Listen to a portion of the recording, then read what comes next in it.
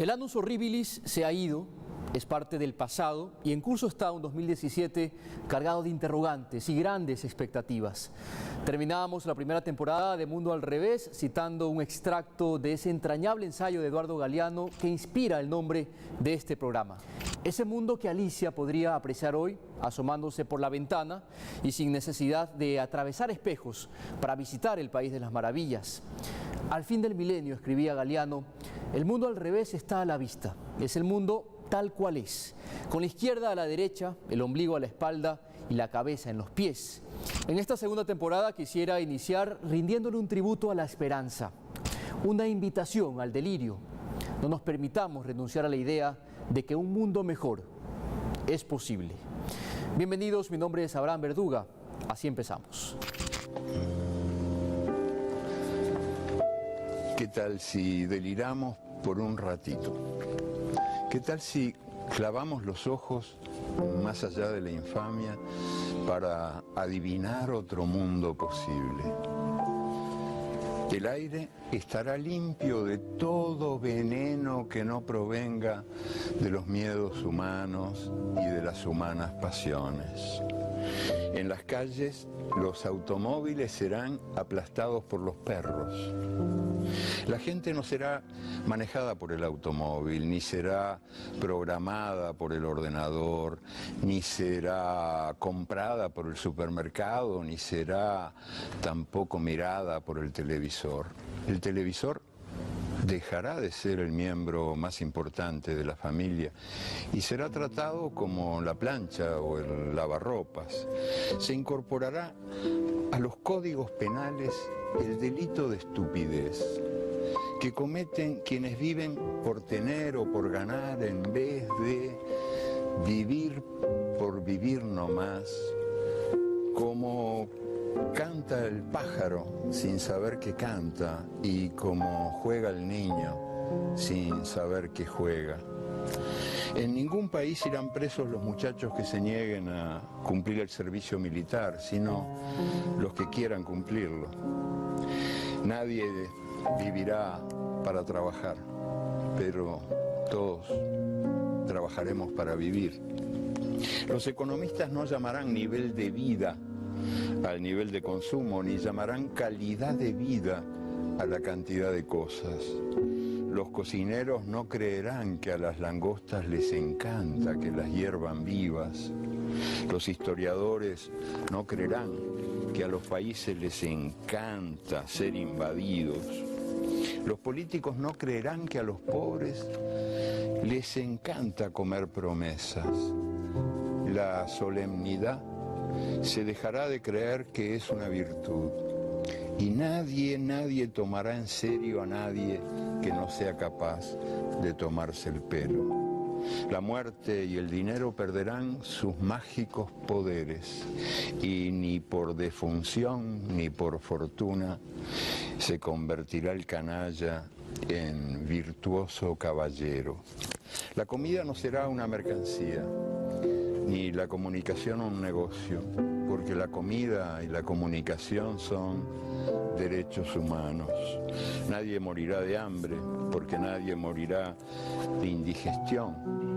Los niños de la calle no serán tratados como si fueran basura, porque no habrá niños de la calle. Los niños ricos no serán tratados como si fueran dinero, porque no habrá niños ricos. La educación no será el privilegio de quienes puedan pagarla y la policía no será la maldición de quienes no puedan comprarla.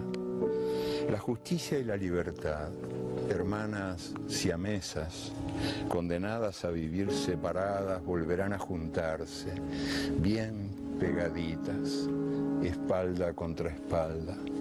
En Argentina, las locas de Plaza de Mayo serán un ejemplo de salud mental, porque ellas se negaron a olvidar en los tiempos de la amnesia obligatoria. La Santa Madre Iglesia corregirá algunas erratas de las tablas de Moisés y el sexto mandamiento ordenará festejar el cuerpo. La Iglesia también dictará otro mandamiento que se le había olvidado a Dios, amarás a la naturaleza de la que formas parte. Serán reforestados los desiertos del mundo y los desiertos del alma. Los desesperados serán esperados y los perdidos serán encontrados, porque ellos se desesperaron de tanto esperar y ellos se perdieron por tanto buscar.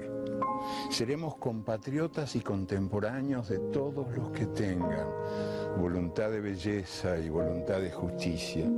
Hayan nacido cuando hayan nacido y hayan vivido donde hayan vivido, sin que importe ni un poquito las fronteras del mapa ni del tiempo.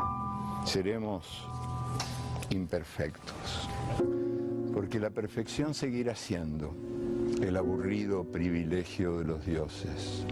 Pero en este mundo chambón y jodido, seremos capaces de vivir cada día como si fuera el primero y cada noche como si fuera la última.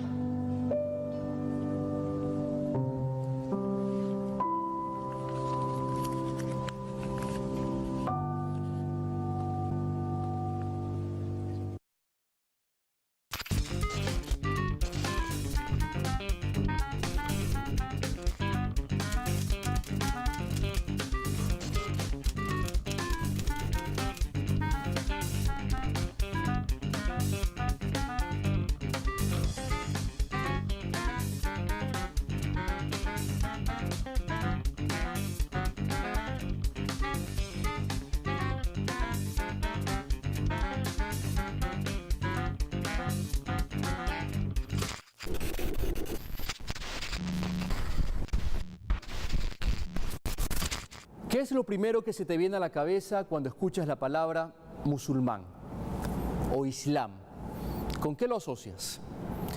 Con este pequeño ejercicio podremos descubrir, al término de este programa, es lo que me propongo, si gozamos de una idea clara sobre lo que significa esta religión o si por el contrario hemos cultivado un prejuicio respecto a un credo muy maltratado mediáticamente y políticamente, consciente o inconscientemente. Después de todo, como dice el periodista argentino Ezequiel Fernández Mores, a propósito de la información, estamos informados de todo, pero no nos enteramos de nada. El día de hoy nuestro invitado es Galeb Musa Hamad, quien nos atiende desde Argentina. Galeb es un reconocido periodista, analista internacional, experto en temas de Medio Oriente y ostenta además la presidencia de la Federación de Entidades Argentino-Árabes de Buenos Aires. Antes del diálogo, una pequeña introducción.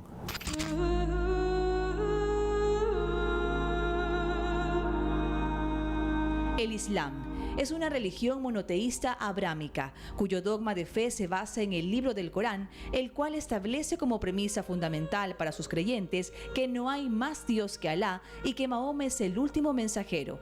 Los eruditos islámicos definen al credo como la sumisión a Dios el Altísimo a través del monoteísmo, la obediencia y el abandono de la idolatría. El libro sagrado del Islam es el Corán, dictado por Alá a Mahoma a través de Jibril, el arcángel Gabriel. Los seguidores del Islam se denominan musulmanes y atestiguan que Mahoma es el último de los profetas enviados por Dios y sello de la profecía. Se estima que hay en la actualidad entre 1.000 y 1.300 millones de musulmanes en el mundo, lo que convierte al Islam en la segunda religión en número de fieles tras el cristianismo. Resulta importante diferenciar entre los términos musulmán y árabe. Musulmán es quien se somete a Dios y cumple con sus leyes y puede ser de cualquier nacionalidad. El árabe se refiere a un idioma y a una etnia específica. No todos los musulmanes son árabes y no todos los árabes son musulmanes. Solo alrededor del 20% de todos los musulmanes vive en el mundo árabe, siendo Indonesia el país con la mayor población islámica. Se calcula que 7 millones de musulmanes viven en Estados Unidos. Su comunidad está compuesta por personas procedentes de una amplia variedad de orígenes étnicos y nacionales. Bajo la ley islámica, la mujer siempre ha tenido el derecho a la propiedad, a recibir educación y tomar parte activa en la vida de su comunidad. Hombres y mujeres mujeres se respetan en un nivel de igualdad. Las reglas islámicas respecto a vestir modestamente son iguales para los hombres y para las mujeres. El Islam enseña también que cristianos, musulmanes y judíos son pueblos del libro, expresión que significa que las tres religiones comparten las mismas creencias básicas articuladas a través de la Biblia, la Torá y el Corán. La diferencia principal entre cristianos y musulmanes radica en que los musulmanes no creen que Jesús era el Hijo de Dios, sino un profeta al que Dios le otorgó poderes especiales para demostrarle a la gente el propio poder de Dios. El Islam tolera otras creencias religiosas y la ley islámica protege el derecho de otras minorías. La ley islámica también permite a los no musulmanes establecer sus propios tribunales, los cuales aplican las leyes familiares concebidas por otras minorías. Fraternidad, igualdad, ayuda mutua y solidaridad. ¿Se les parece a algo? Bueno, son los principios que sostenía la UMA, la comunidad formada por el profeta Mohammed en Medina, con los primeros seguidores del Islam, antes de retornar a la Meca y bueno, desde ahí expandir la última revelación dirigida por Alá o Dios en toda la región, hasta llegar a convertirse actualmente en la segunda religión más practicada en el mundo. Le doy la bienvenida a Galeb Musa, ya lo he presentado, nos acompaña desde Buenos Aires. Galeb, siempre es un placer hablar contigo. Hay un sentimiento anti-islam que se ha colado en los discursos públicos y mediáticos, ¿no? Una creciente islamofobia, acompañada a menudo de arabofobia, ¿no? Que se extiende fundamentalmente por Europa y Estados Unidos. No creo que sea todavía una realidad social absoluta, total, pero sí está lo bastante extendida como para comenzar a preocuparse y sobre todo a cuestionarse sobre el por qué se posicionan este tipo de ideas sobre el Islam. Por supuesto, no pretendo agotar en un programa de 45 minutos todo lo que se puede decir alrededor de este tema.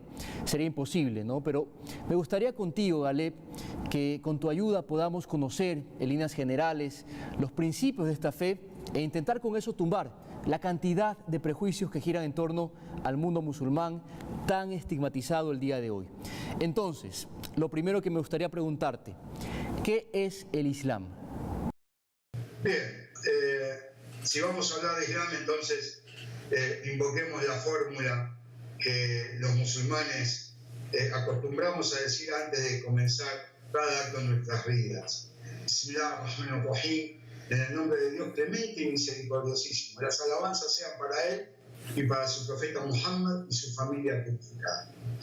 El Islam es un mensaje universal, es un mensaje para toda la humanidad, es un mensaje, el último que ha enviado Dios a la humanidad, confirmador de los mensajes anteriores, de la Torá y el Evangelio, de los tantos otros mensajes que Dios ha enviado al mundo a través de sus profetas, que cuentan en 124.000, según dice el Corán, el libro sagrado de los musulmanes, pero que Dios no nos ha dado los nombres de todos. Los musulmanes creemos en todos los profetas, desde Adán, que fue el primero, pasando por Noé, por Moisés, por Abraham, por Jesús, y por el último, que es Muhammad, mal conocido como Mahoma en Occidente.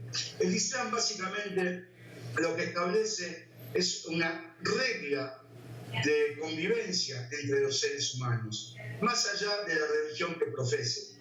Dice un capítulo, un versículo del Corán, dice: oh humanos, os hemos creado de un hombre y una mujer y os hemos dividido en naciones para que os reconozcáis. Ciertamente el más piadoso, que el mejor de vosotros es el más piadoso. Fijémonos que el versículo no dice oh musulmanes, no dice oh creyentes, dice oh humanos. Es una cuestión general y habla que el mejor de los humanos no es el musulmán, el cristiano o el judío, sino que es el más piadoso. Ese tipo de versículos los enemigos del Islam no lo toman en cuenta porque no les conviene difundir lo que el Islam pregona respecto de la convivencia entre los seres humanos. El Islam ha sido establecido como enemigo porque se opone a la usura. Y hoy la usura es la moneda corriente o el uso corriente que tienen las sociedades occidentales de hacer dinero. El Islam se opone a la opresión.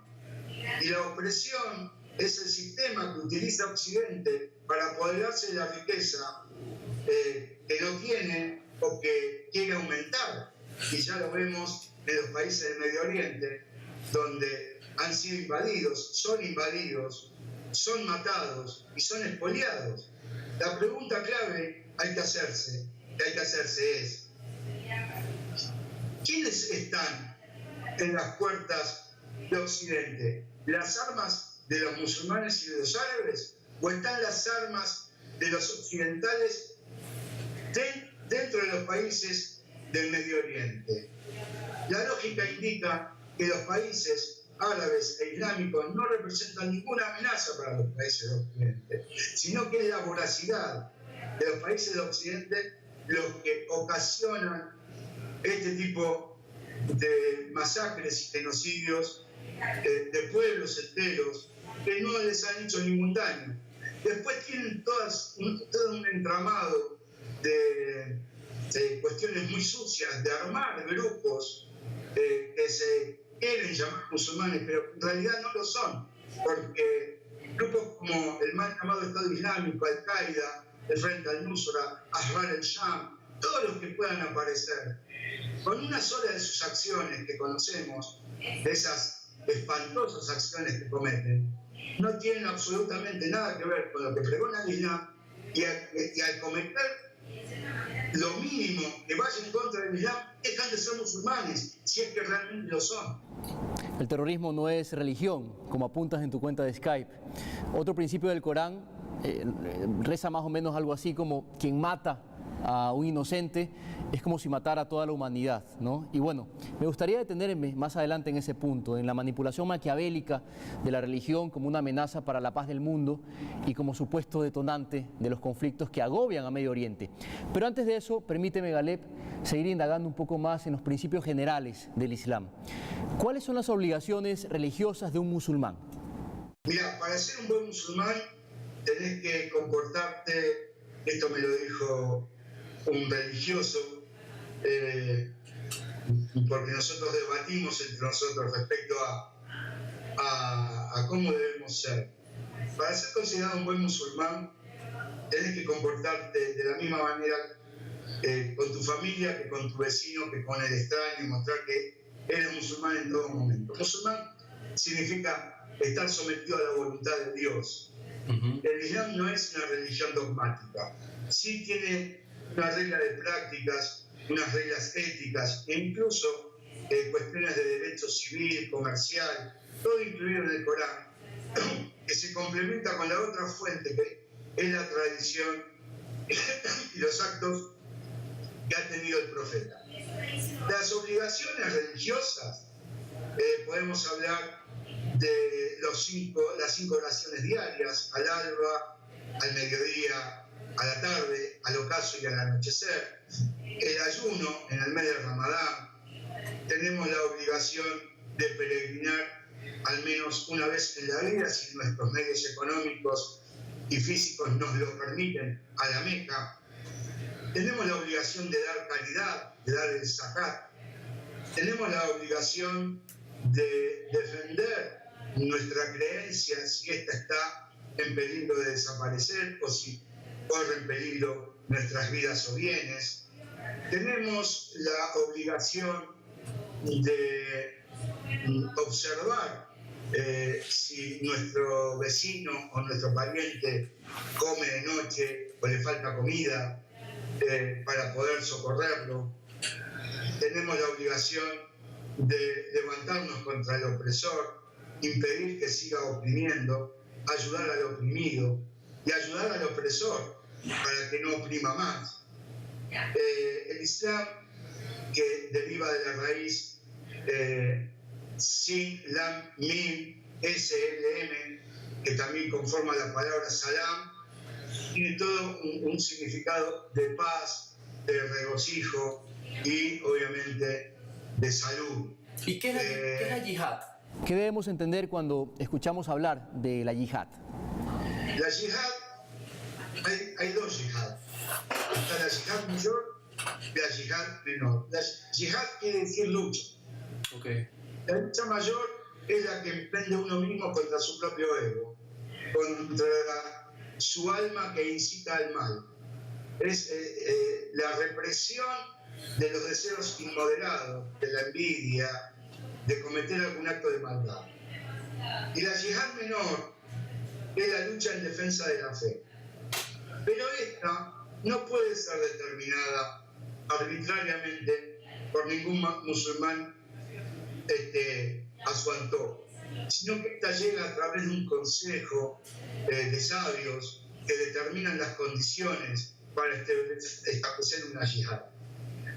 Por lo pronto, hasta ahora, desde que yo tengo vida, eso no ha sucedido nunca. Y todos los que hablan de los yihadistas están utilizando muy mal el término, porque lo quieren asemejar a guerra santa. Y la guerra santa no es un concepto islámico, es un concepto cristiano que fue concebido en el Medioevo. Y precisamente por eso te preguntaba, ¿no? Porque mucho se escucha ahora hablar con ligereza de los yihadistas, de la guerra santa. Y bueno, se asocian estos conceptos con la violencia, ¿no? Y particularmente con la guerra. No es exactamente eso lo que significan. No, es lucha. Y principalmente, como te dije, es la lucha contra el ego, contra uno mismo y sus deseos inmoderados y la tendencia a cometer maldad. ¿Cómo se organizan las sociedades en el mundo islámico, Galep? Las sociedades en el mundo islámico tienen un mix muchas veces. Depende del país donde se viva, porque cada uno tiene, luego de las invasiones y las colonizaciones de principios del siglo XX o antes también, les han impregnado también la propia cultura de los invasores. Si un país es islámico, la democracia no es necesaria, porque la democracia la establece el Islam por sí mismo. Tiene un sistema, por ejemplo, de distribución de la riqueza que no lo tiene ningún país en el mundo. Por ejemplo, se llama Hums, el quinto. Vos tomás de un año, una fecha de un año, hasta la misma fecha del año siguiente, quitándole todos tus gastos para tu casa, para vivir, para comer, para vestirte, para irte de vacaciones, para los regalos que te haber hecho, para todo lo que hayas necesitado. Y ahí lo que te sobra, el 20% se da en pago de impuestos, el quinto. Si sales empatado, no das nada. Y si sales perdiendo, recibes. Es un sistema totalmente justo. Y que tiene que ver también con el autocontrol, porque es una cuestión de conciencia propia, porque nadie te controla. Vos mismo te controlás si has ganado plata y si tienes que pagar el impuesto. Es curioso, ¿no? Algunas de las cosas que mencionas me suenan mucho a lo que conozco como justicia social. Es la justicia social pura, porque ahí pagan a los que les sobra. Ni siquiera podemos decir que paga el que más tiene, sino al que le ha sobrado. Quizás alguien vive de manera modesta, pero le ha sobrado dinero y tiene que pagar el impuesto. Las sociedades se organizan a través de las oraciones, aunque no lo quieras creer. Por ejemplo, tenemos tal reunión, ¿a qué hora? Y la podemos hacer a las 2 después de la oración del mediodía, o a las 7 después de la oración del ocaso. Y las oraciones van marcando tus tiempos. Las sociedades se organizan de manera muy natural. Mira, yo te comenté que estuve en Irak hace poco tiempo atrás. Llegué a Irak el 19 de noviembre pasado para lo que es la conmemoración del Arbaín, que son los 40 días luego del martirio del nieto del profeta Muhammad en Karbala.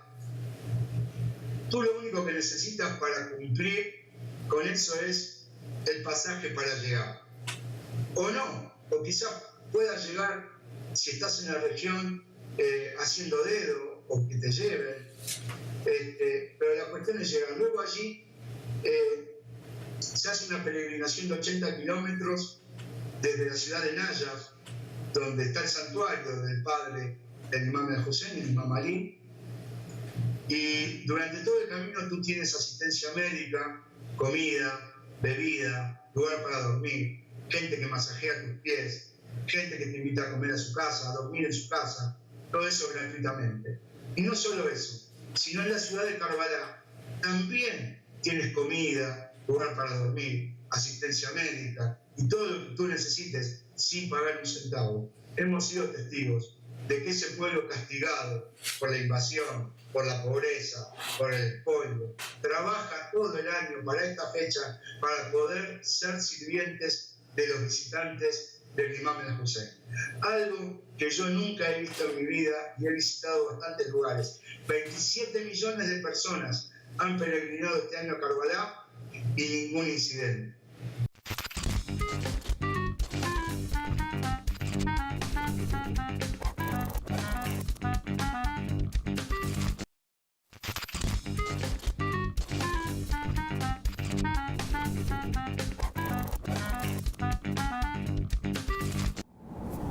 Galeb, manejas un blog muy interesante que tiene por nombre Islam y Política, ¿no?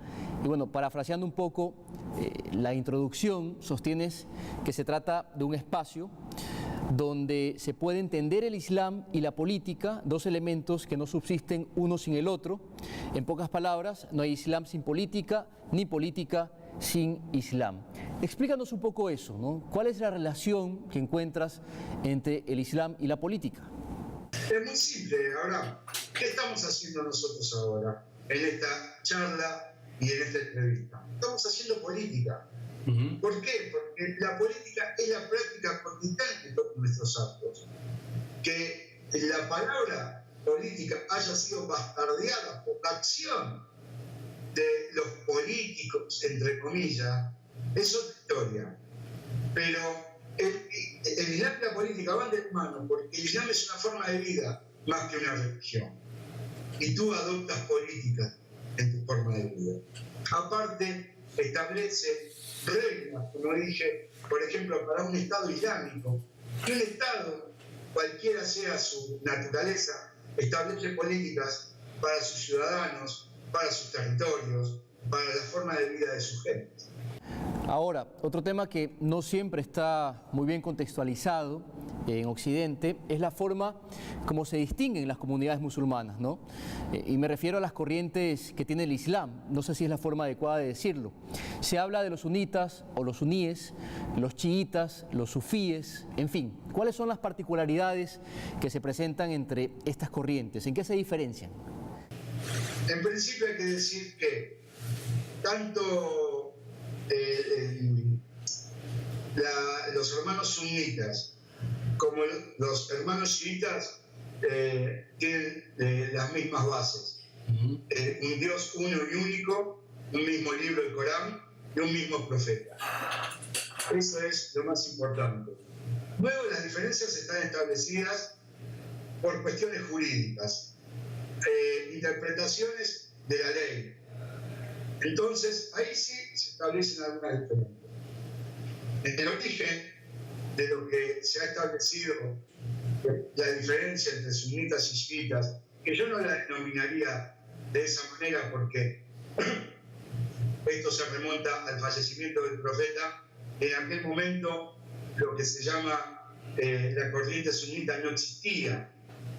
Existió luego de bastante tiempo y a partir de la escuela instaurada por el sexto sucesor del profeta, el imam Jafar al-Sadiq, de donde derivan las 4 escuelas sunitas.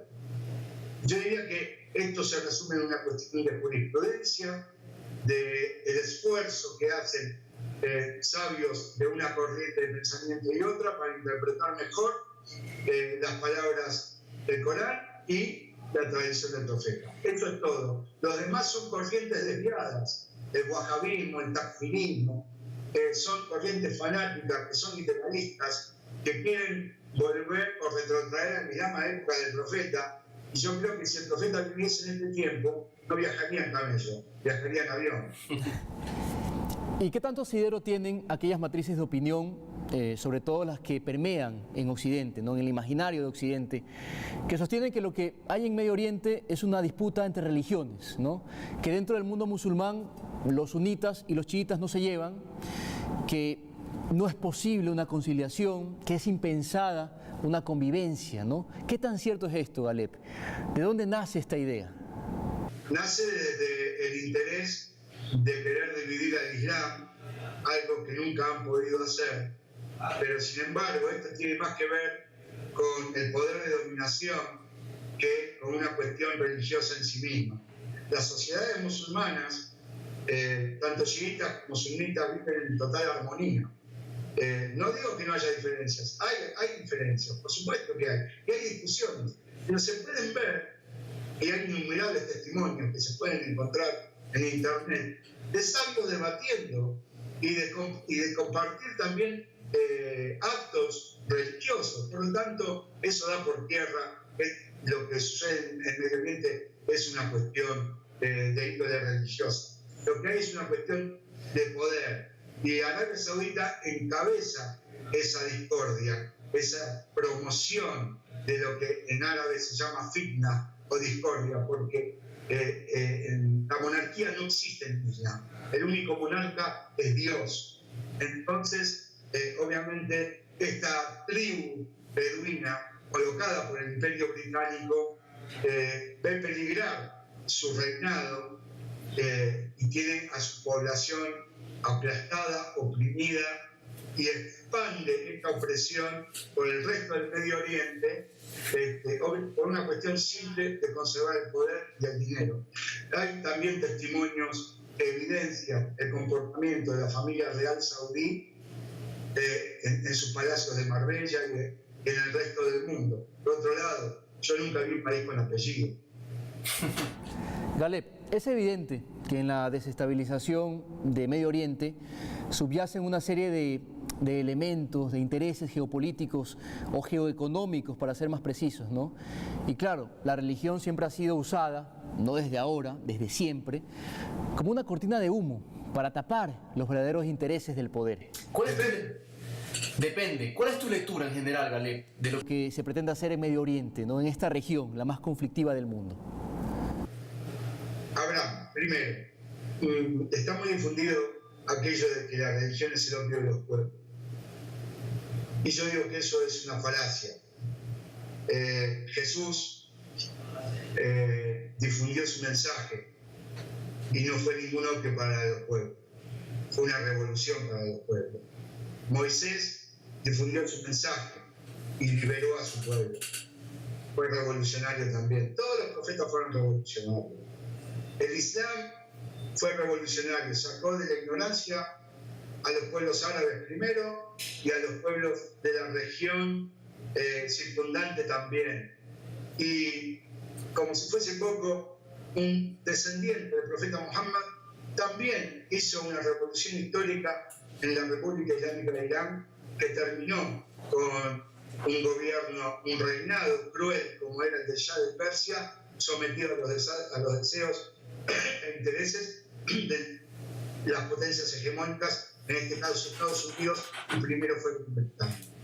Lo que sucede en Medio Oriente no es otra lucha, no es otra cosa que una voracidad por el control geoestratégico de la zona. Tenga que ver con el paso de gasoductos, de oleoductos, como de controlar la avanzada o la posible avanzada de Rusia y China hacia Occidente. No se trata de otra cosa. Y obviamente esto incluye muerte, esto incluye asesinatos, incluye genocidios, incluye terrorismo e incluye el robo y el expolio de cada nación por la que pasan los invasores. ¿Y qué es el Estado Islámico en este contexto? ¿Acaso una herramienta de Occidente para conseguir esta suerte de balcanización en la región? Por supuesto, este grupo terrorista, estos salvajes, ahí está la declaración de Hillary Clinton, fueron creados por Estados Unidos, clarísimo, al igual que no se puede refutar, eso está confesado Incluso hay videos, reuniones del senador McCain con los líderes del mal llamado Estado Islámico. Kerry hace poco también lo dijo, ¿no? Hace muy poco reconocía que el Estado Islámico fue usado por Estados Unidos para desestabilizar al gobierno de Al-Assad. Y bueno, entonces, más prueba que esa no se puede tener. Se ponen un nombre como Estado Islámico para confundir a la gente. De islámico no tienen nada de musulmanes. No hacen una sola acción que tenga que ver con lo que pregona el Corán y el ejemplo del profeta. Son meros mercenarios que cobran 200, 300 dólares por día los mercenarios comunes, los que van al frente, y más plata cobran aún los líderes, que sirven de instrumento para desestabilizar el Medio Oriente, para crear problemas internos, y se llevaron la gran sorpresa en Siria. En Siria no creyeron que iban a resistir y que incluso Siria iba a ganar esta guerra.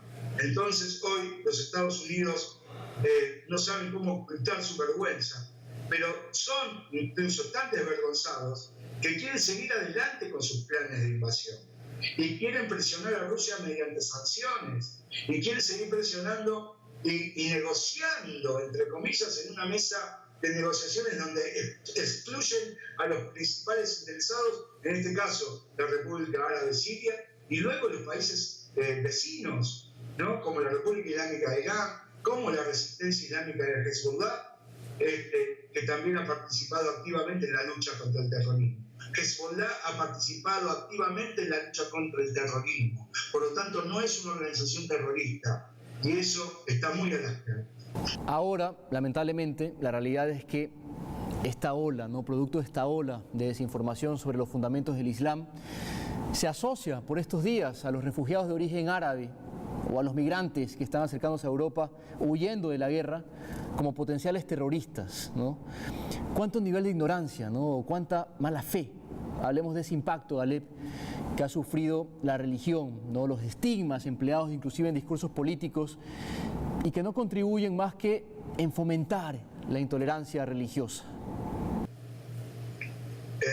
Los más perjudicados por el terrorismo fuimos los musulmanes, porque a estos terroristas no les importó quién se hallaba en su camino.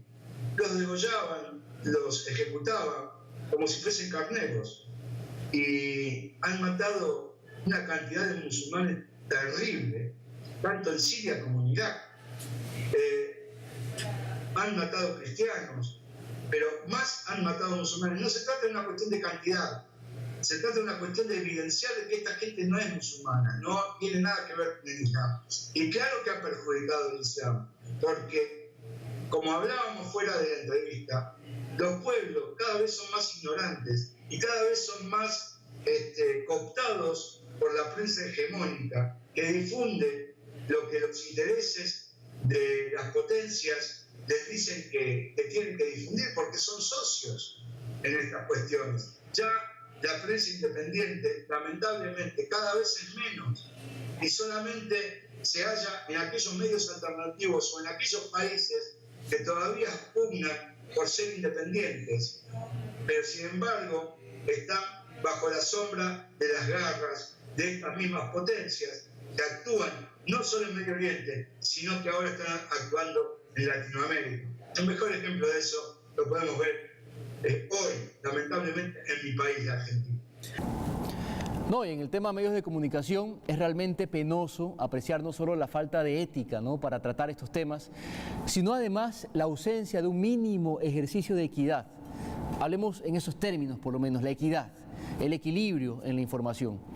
El espacio o la cabida que se le da a las muertes por terrorismo dependerá de la ubicación geográfica de los desaparecidos, ¿no? Las muertes que se suscitan en Europa, tan lamentables como condenables, como las de cualquier otro lugar, son siempre más importantes que las que se registran en los países árabes, donde el terror es cotidiano, pero no lo suficientemente grave como para ocupar las grandes portadas de los diarios occidentales. Hablemos de esa doble moral, Galeb. ¿Por qué valen más las vidas de los franceses, de los belgas o de los alemanes que la de los viandantes árabes? Esa es una regla que han establecido. Hace unos días atrás hubo una operación en Jerusalén contra soldados israelíes. Salió en la tapa de todos los periódicos y en la televisión. Ahora digo, los palestinos que el ejército israelí mata a diario, las casas que demuelen a diario, las tierras que ocupan a diario, ¿no hay noticia? Es una lógica perversa. Yo diría que no se trata de una cuestión de equidad, sino que los medios mienten, desinforman, y se trata de una cuestión de intereses. A veces hay que tener la osadía de decirlo en la cara, porque si no, no lo podemos entender. Ya no hay más lugar para ser, de alguna manera, si se quiere, ¿no?, éticos con nuestros colegas, cuando nuestros colegas no son éticos con su función, con su profesión. Vamos terminando, Galeb. ¿Qué escenario vislumbras, ¿no?, cuando tenemos a un Donald Trump, flamante presidente de Estados Unidos, con un discurso antimusulmán? Cuando apreciamos, por otro lado, en Europa, un auge de corrientes antimigrantes, xenófobas, llenas de odio contra el Islam. ¿Qué tan difícil es, qué tan difícil resulta ser musulmán en el mundo de hoy? ¿Cómo ves el panorama, Galeb? El panorama en Occidente obviamente va a ser mucho más oscuro para los musulmanes. Van a sufrir persecuciones, van a estar bajo el ojo del gran hermano. Eso va a pasar no solo en Norteamérica, va a pasar en toda América, en México, en Colombia, en Argentina, en Chile. En Medio Oriente la cuestión va a ser distinta, la cuestión va a cambiar. La cuestión es que ha empezado una época de victorias y la época de las derrotas ya terminó.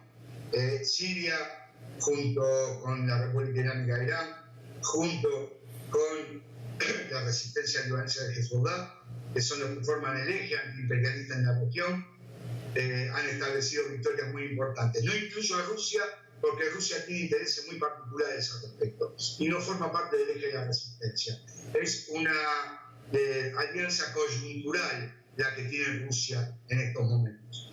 Pero va a haber muchos cambios en Medio Oriente. Probablemente lo haya en el Golfo Pérsico, en los países del Golfo, en las monarquías, donde ya están sufriendo en sus economías y donde están, obviamente, evidenciando levantamientos de sus poblaciones. En Medio Oriente la cuestión va a ser esa. En Latinoamérica la cuestión va a estar un poquito, Latinoamérica y en toda América, va a estar un poquito más complicada para los musulmanes, pero como decimos habitualmente, nosotros nos encomendamos a Dios. Finalmente, Galeb, me gustaría tocar un último tema que me parece importante también. Mucho se ha cuestionado sobre el papel de la mujer dentro de las sociedades musulmanas. El uso del velo o la burka es sumamente criticado también en Occidente. Es una cuestión de enfoques, finalmente, ¿no? ¿Por qué creer que la vestimenta occidental representa el bien y la musulmana el mal, ¿no? ¿Cuál es la realidad de la mujer musulmana? Depende de qué lado te sitúes, de qué óptica lo veas. La burka, en primer lugar, quiero aclarar que no está dentro de los cánones islámicos. La obligación de la mujer de cubrirse está en el Corán, y lo dice claramente, dejando libre el óvalo de la cara, cubriendo sus adornos, ¿no? Habla un poco del cuerpo de la mujer, hasta las muñecas y hasta los tobillos. En realidad la mujer musulmana en la mayoría de los países islámicos es la que manda, es la que ordena, es la que protege y es la que custodia y es la base de la sociedad. No voy a decir que no hay países que se denominan islámicos y que oprimen a la mujer. Arabia Saudita es uno de ellos. Afganistán, bajo la égida de los talibanes, es otro. Pero me gustaría que vean con sus propios ojos, que puedan viajar y que puedan comprobar lo que significa la mujer dentro de la sociedad islámica. Y van a ver que son mucho más libres que las mujeres que prostituyen en Occidente, que las desnudan, que las tratan como objetos y no como personas. Yo no sé si es más feliz una mujer que es cosificada en Occidente o una mujer con velo es valorada por sus cualidades y no por lo que pueda mostrar. Y cuando hablamos de violencia contra la mujer, la realidad es que existen casos entre los cristianos, los judíos, hindúes e incluso entre los ateos, ¿no? ¿Es posible un mundo donde convivan todas las religiones y no haya guerras? ¿De qué depende, Galep? Depende de que se acaben las ansias hegemónicas de cualquiera que pretenda dominar al otro. Nada más, las religiones no tienen problemas entre ellos. Todos tenemos un mismo Dios, al menos las grandes religiones monoteístas. Nos podemos poner de acuerdo. El problema es cuando se mete la cuestión de la dominación sobre él. No hay problema entre las religiones. Los problemas son cuando se atacan a los pueblos para robarles, para invadirlos, para dominarlos. Galep Musa, como siempre un placer conversar contigo. Ha sido un gran privilegio. Tu mensaje para la audiencia de la televisión pública y bueno, para los televidentes de Mundo al Revés. Que los ecuatorianos estén atentos, que sigan sosteniendo esta política que se ha establecido en Ecuador, que Ecuador es una esperanza para Latinoamérica para seguir intentando el camino de construir la patria grande, junto con Nicaragua, junto con Venezuela. En Argentina y en Brasil hemos perdido, lamentablemente, una batalla, no la guerra, hemos perdido una batalla. Vamos a seguir luchando para reconquistar mediante el camino democrático, el camino hacia la patria grande. No discriminen, tenemos experiencia nosotros argentinos en discriminar, no todos obviamente, pero sí se ve bastante xenofobia que va creciendo en todos los países del mundo. Les deseo lo mejor a Ecuador. Los considero hermanos y los considero, como ya dije antes, una esperanza para todo Latinoamérica. Un gran abrazo, Galep. Muchísimas gracias. Un abrazo enorme, hermano Abraham. Estamos en contacto y estoy a tu disposición para cuando lo desee. La islamofobia es un virus que se está propagando por el mundo y para el cual hay un antídoto: la responsabilidad en la información. Elegir estar bien informados es una tarea que depende exclusivamente de nosotros. Abramos los ojos. No permitamos que los prejuicios se conviertan en falso conocimiento. Espero que el programa haya sido de su provecho. Nuestro próximo encuentro será aquí, por la pantalla de su televisión pública. Mi nombre es Abraham Verduga.